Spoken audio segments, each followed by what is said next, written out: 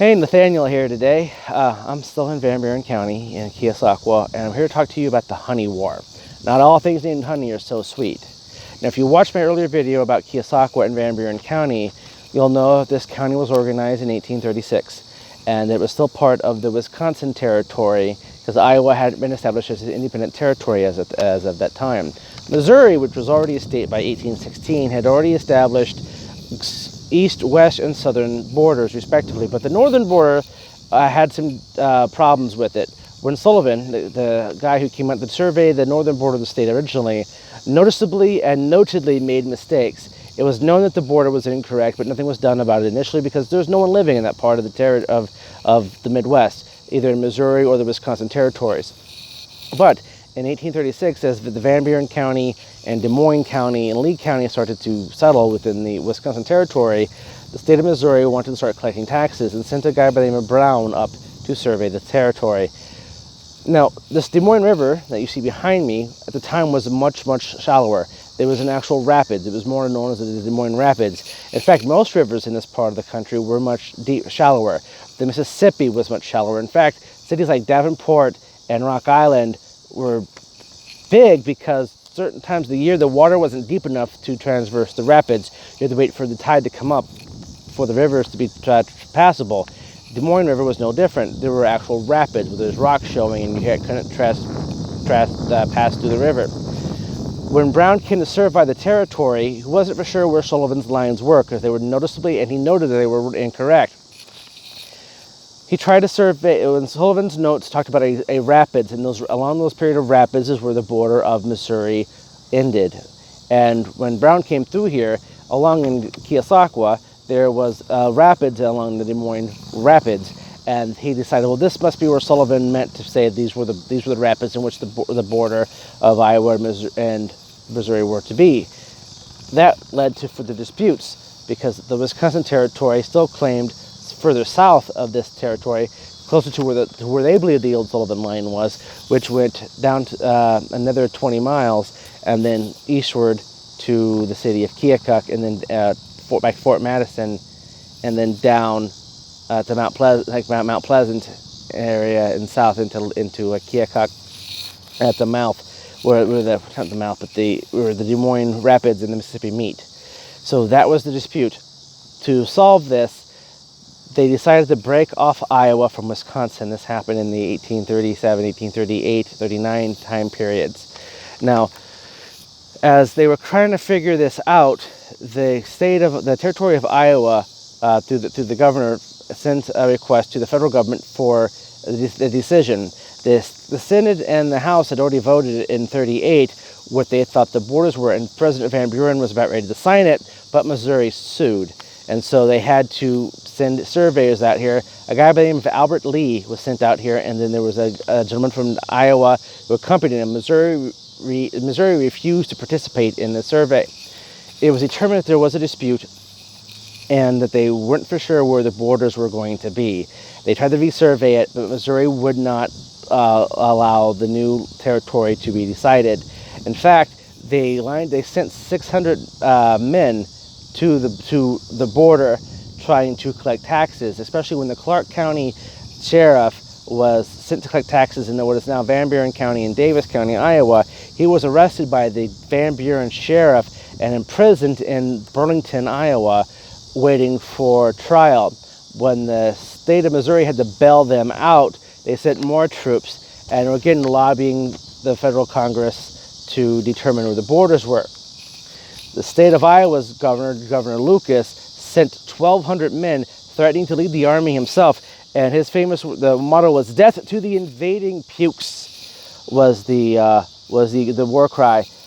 And in this process, the Missourians transferred this river in Keosauqua and cut down some honey trees. These honey trees this where they have bees would make hives and this money from the honey, which was very valuable at the time, was a way of Missouri collecting the taxes that they were owed.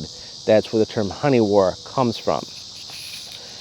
The armies lined up along the Des Moines River and south along what is now Highway 1 and Highway 2, the junction of Highway 1 and 2 in Van Buren County, and in Farmington and other parts along the southern parts of Van Buren County.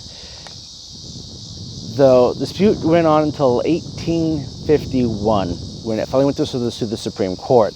Now, the area in question here was known as the Hairy Nation, primarily because of the reputation of the men in the area of being big, burly, mean, cutthroat, very, very violent, quick to violence. Absolutely madness in this part of Iowa. In 1851, the Supreme Court awarded, in quotation marks, the Hairy Nation to Iowa, citing that Missouri was aware that the border was done incorrectly, and that for 26 years they had done nothing about it to seek a remedy until it was too late. So Iowa's border went down to the borders that we have today. And there's actually a picket fence. There was a fence there at the time, and there's a fence, kind of like these metal bars there now. One of the stories is that when the 1,200 men, the 600 men from Missouri and Iowa met up, they were waiting for the decision on who owned that territory. And when the decision came down, they tried to go tell all the men where the borders were.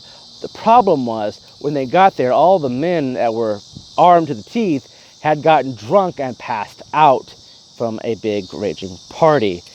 To this day, there is a festival called the Party at the Line, where the Hairy Nation men of Iowa and Missouri get together to throw a huge party. So if you ever visited Iowa and went to the Party of the Line, that's what you're celebrating. You're celebrating the honey war. So you need to be drinking Iowa IPAs, Missouri IPAs, and eating a lot of honey, because there's nothing sweeter than the hot nights, summer nights in Iowa, and the sweet weekends in Missouri. This is a really interesting part of the country. Most people don't get out here to see all the history here, but a lot of what happens in the west, literally the west of the country, takes place in Iowa and Missouri. St. Louis, Keokuk, the Lewis and Clark Trail, all of it. Iowa and Missouri are some of the most important parts of American history that determine the rest of the country as a whole. Through the Mormon Trail, the Oregon Trail, all of it comes through the cities of Iowa and Missouri. The two most unmanageable states. People don't think anything of these two states, Iowa and Missouri, but there's so much history here. There's so much implications in U.S. history from Iowa and Missouri. In fact, the Iowa Constitution was adopted by many, many other states to be their state constitutions, because Iowa did it right the first time. So a little bit about the Van Buren County. That's the basic rims of the honey war fought between Iowa and Missouri. The two states would not go to war again until the 1860s in the U.S. Civil War, when the Second Army of Iowa, which was based out of here in Van Buren County and Davis County, was sent to Missouri to hold down the forts, literally. Missouri didn't secede from the Union, but half their armies fought for the North, half of them, actually more than half of them, fought for the South.